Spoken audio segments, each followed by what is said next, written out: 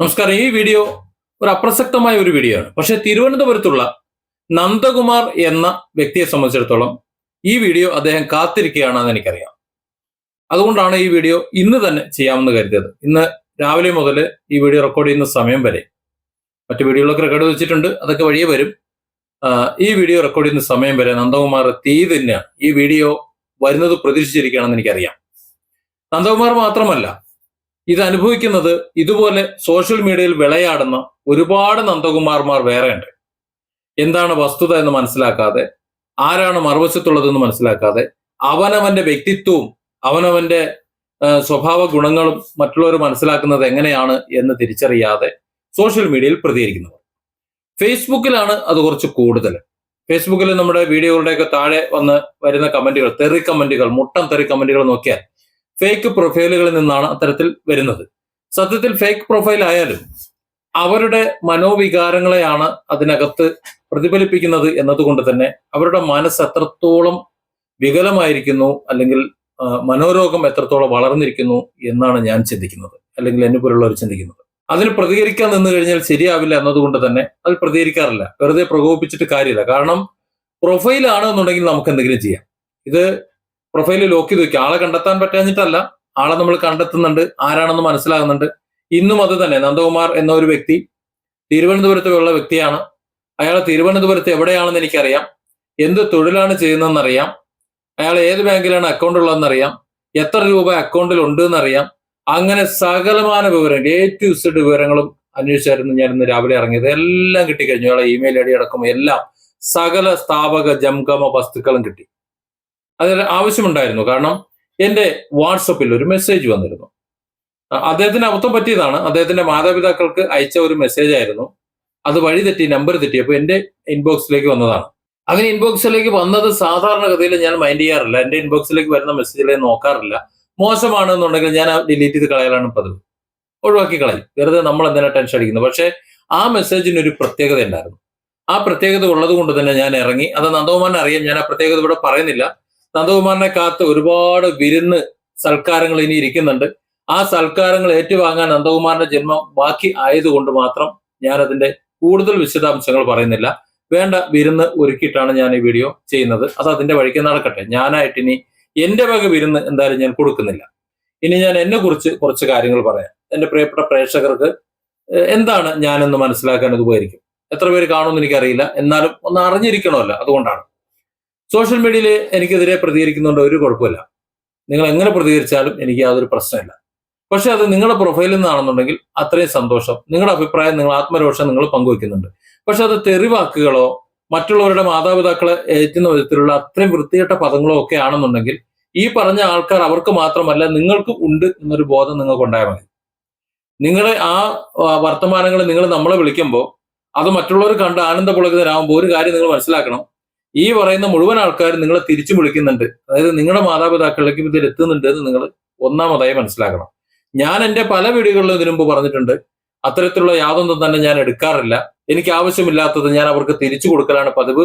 ഇനി അത് അവർക്ക് വേണ്ടാന്നുണ്ടെങ്കിൽ അത് അവരുടെ വീട്ടിൽ അവരെ ഉത്തരവാദിത്തപ്പെട്ട ആരെന്ന് വെച്ച് കഴിഞ്ഞാൽ അവർക്ക് എത്തിച്ചു കൊടുക്കലാണ് പതിവ്. ഇനി അങ്ങനെ എത്തിച്ചു കൊടുക്കാൻ പറ്റാത്തതാണെന്നുണ്ടെങ്കിൽ അങ്ങ് സമർപ്പയാമി, അതാണ് പതിവ് എന്ന്. അതായത് അവനവൻ പുറത്തേക്ക് വിടുന്ന ആ മഹത് വചനങ്ങൾ അവനവന്റെ മാതാപിതാക്കളിലേക്ക് എത്താതിരിക്കാൻ വേണ്ടി എല്ലാവരും ഒന്ന് ശ്രദ്ധിക്കുക. കാരണം ഇത് എൻ്റെ പ്രൊഫൈലിൽ നിന്നല്ല, എൻ്റെ പേജിൽ നിന്നല്ല, എൻ്റെ യൂട്യൂബ് ചാനലിന്റെ താഴെ നിന്നല്ല. ആരുടെ താഴെ നിങ്ങൾ അത്തരത്തിൽ കമന്റുകൾ എഴുതിയാലും നിങ്ങളെ കുറിച്ച് ആൾക്കാർ ചിന്തിക്കുന്നത് അത് തന്നെയാണ്. എന്തിനാണ് സ്വന്തം കുടുംബത്തെ കൂടി ഇങ്ങനെ പറയിപ്പിക്കുന്നത്? അതിന്റെ ആവശ്യമുണ്ടോ? നമുക്ക് എതിർപ്പുണ്ടെങ്കിൽ ആ എതിർപ്പ് ഇന്നതാണ് വിഷയമെന്ന് പറയാം, എതിർക്കാം. അതിന് ആ രീതിയിലുള്ള ഭാഷ ഉപയോഗിച്ചാൽ പോരെ. പോട്ടെ, അത് വേറെ വിഷയം.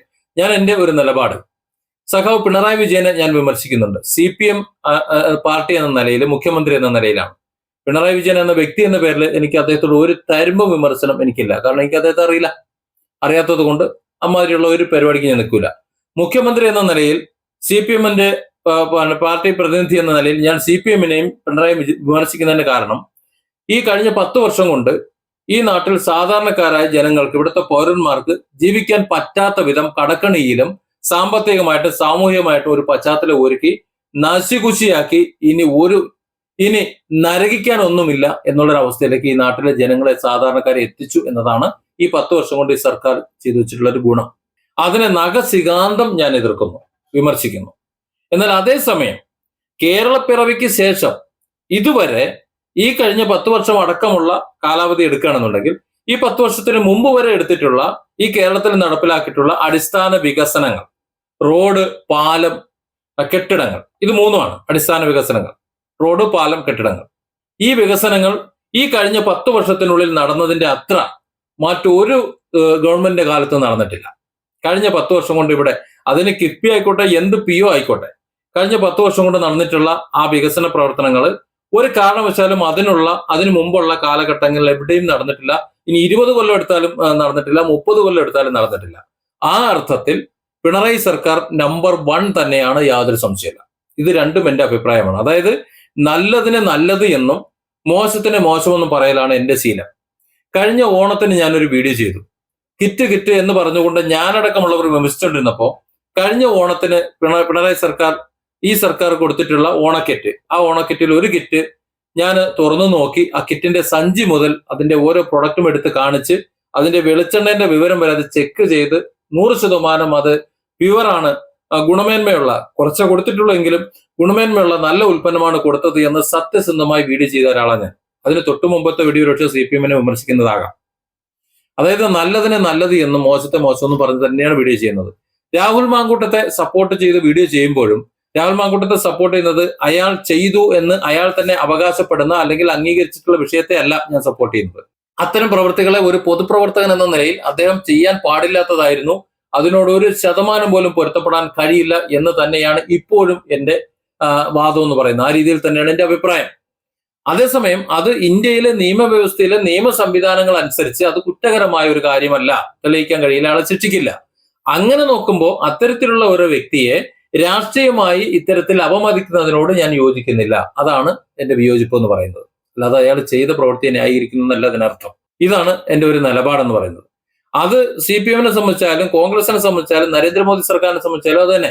പ്രധാനമന്ത്രി നരേന്ദ്രമോദി നേതൃത്വം കൊടുക്കുന്ന ഈ NDA സർക്കാരിനെ കുറിച്ചാണെന്നുണ്ടെങ്കിൽ ഒരുപാട് ഇന്ത്യയെ സാമ്പത്തികമായിട്ടും അല്ലാതെയും അന്താരാഷ്ട്ര തലത്തിൽ ഒരുപാട് വളർത്തിയിട്ടുള്ള, നട്ടുള്ളിയർത്തി നിൽക്കാൻ കഴിയുന്ന, പോടാ പുല്ലേ എന്ന് ഇങ്ങോട്ട് ചൊറിയാൻ വരുന്ന ഏതൊരു രാഷ്ട്രത്തലവനോടും അമേരിക്ക അടക്കമുള്ള മുഴുവൻ ആൾക്കാർ പറയാനുള്ള ഒരു ഗഡ്സ് ഉണ്ടാക്കിയെടുത്ത ഒരു ഭരണാധികാരിയാണ് നരേന്ദ്രമോദി എന്ന് പറയുന്നതിൽ ഒരു തർക്കവുമില്ല.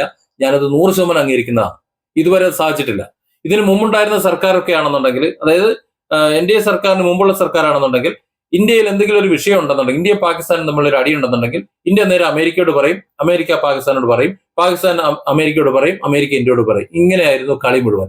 ഇപ്പൊ അതല്ല. ഞങ്ങളുടെ കാര്യം ഞങ്ങൾ നോക്കിക്കൊള്ളാമെന്ന് ജസ്റ്റിൻ ട്രൂഡോയുടെ ആ കാനഡയിലെ ആ വിഷയം മുതൽ നമുക്കറിയാലോ. ട്രൂഡോ ഇവിടെ നിന്ന് അങ്ങോട്ടും ഇങ്ങോട്ടും G20 വന്നിട്ട് നടന്ന കഥ നമുക്കറിഞ്ഞൂടെ. അവസാനം ഇപ്പൊ താരിഫിന്റെ കാര്യം പറഞ്ഞുകൊണ്ട് ട്രംപ് ഇങ്ങോട്ട് കളിച്ചപ്പോ ഇന്ത്യയുടെ എടുത്ത നിലപാട് നമ്മൾ കണ്ടില്ലേ.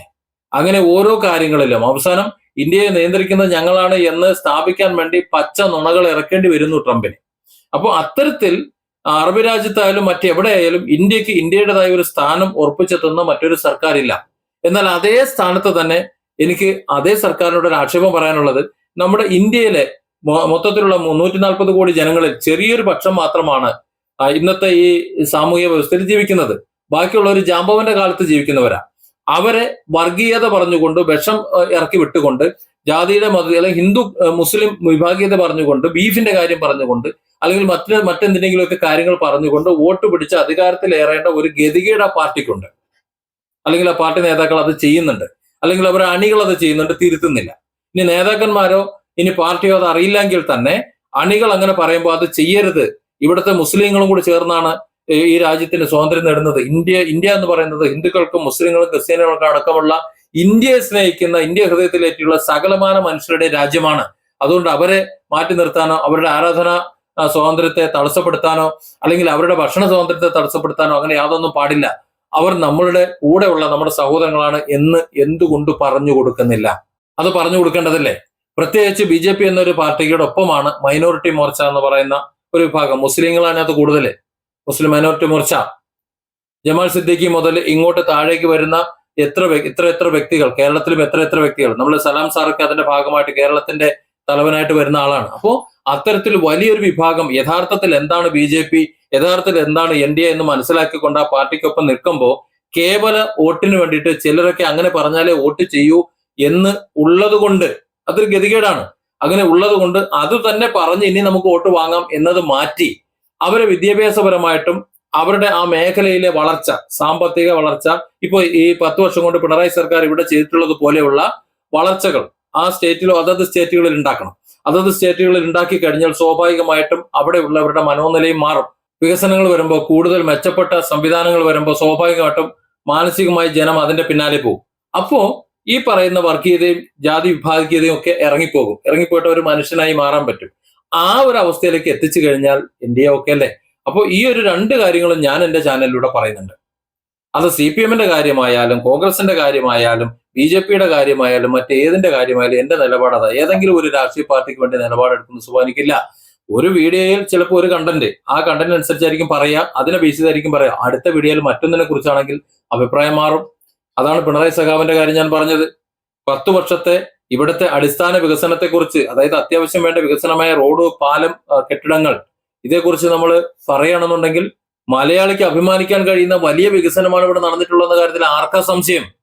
എന്നാൽ ജനങ്ങളുടെ ജീവിത രീതി വെച്ച് നോക്കുമ്പോൾ, അവരുടെ ജീവിത നിലവാരം വെച്ച് നോക്കുമ്പോൾ, അവരുടെ സാമ്പത്തികം, തൊഴിൽ, വ്യവസായം, മറ്റ് കച്ചവടം, ആ ഒരു ലെവൽ വെച്ച് നോക്കുമ്പോൾ പറ്റടിയിലേക്ക് പോയ, എന്ന് പറഞ്ഞാൽ ദുരന്തമായി പോയ 10 വർഷങ്ങളാണിത്.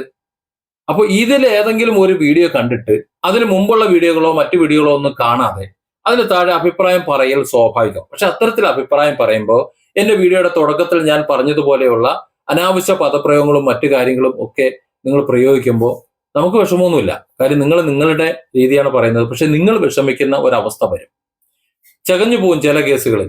ഇന്നിപ്പോ ഞാൻ ചകഞ്ഞു പോയതുപോലെ എന്റെ വാട്സപ്പിൽ ഇൻബോക്സിൽ വന്നിട്ടുള്ള ഒരു മെസ്സേജാണ്. ഒരു നമ്പറിൽ നിന്നൊരു മെസ്സേജ് വന്ന് മണിക്കൂറുകൾക്കകം വിളിച്ച് മാപ്പ് പറഞ്ഞ് ലേലൂല് പറ്റിപ്പോയി എന്ന് പറഞ്ഞ് മാപ്പ് പറഞ്ഞ വോയിസ് റെക്കോർഡ് എന്റെ കയ്യിലുണ്ട്. ഞാനത് പബ്ലിഷ് ചെയ്യുന്നില്ല.